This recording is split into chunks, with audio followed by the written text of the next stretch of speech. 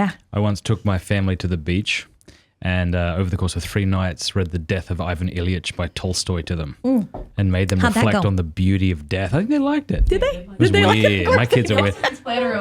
Oh, they love that. No. I want people shot. Yeah, I want- exactly. Well, there's a really terrifying. If you guys want to look up a terrifying fairy tale, Robber's Bridegroom by the Brother Grimms. I don't know that one. That is freaking horrific. I'll give you the breakdown because I was reading this to the kids once, not knowing what it was. I got this big book of fairy tales. Yeah. And as I'm reading it to the kids, I can feel my wife looking at me like, probably time to stop, don't you think? And I'm like, I'm pressing on. I gotta press on. So it's about this fella. Okay. It's about this fella who's got a daughter and he can't afford to keep her anymore. So he says, I'll give her to the first suitor that comes along. So this fella shows up and he says, right, you can marry him. And he's very creepy and she doesn't like him. And one day she sees him at the market and he says, look, we're about to be married. You've never even been to my house. I'll strew some ashes into the forest on Sunday and you can come see me. So she shows up and he's not there. She walks throughout the house, doesn't see anything. She goes into the basement. There's this old woman stirring a pot. And while she's there, her fiance and these other men bring this woman in, drug her, chop her up, and eat her.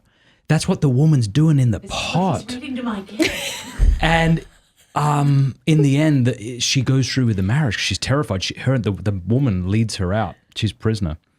And the father says, don't say anything. And they wait to the wedding day and then they kill him. It's amazing. I loved it. And the kids loved it. Did they love it? Oh, of Yes. course they did. Yes. I'm all about good violence in an appropriate way, you know?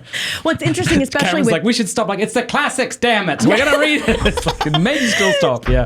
that's the interesting thing about fairy tales, though. They bother us as adults, I think, more than they bother our children. And Life is terrifying. Yeah. And mysterious. Yeah. Remember when you were a kid and you're listening to conversations your parents were having without fully understanding them?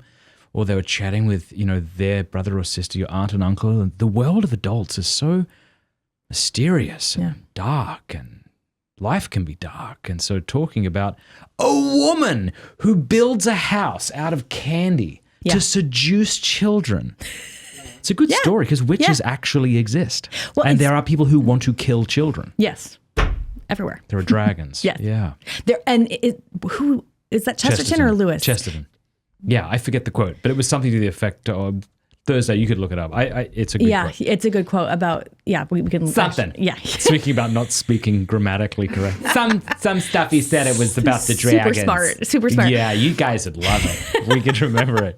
Well, he also says that, in fairy tales, apples are golden to remember us of that forgotten moment when apples are green, and the rivers run with wine to remind us for like one wild moment that they run with water. Here we go. Fairy tales do not tell children that the dragons exist. Children already know the dragons exist. Fairy tales tell children the dragons can be killed. Hey, thank you so much for watching. Before you go, do us a favor, leave a comment, let us know what you thought of the video, like, and subscribe.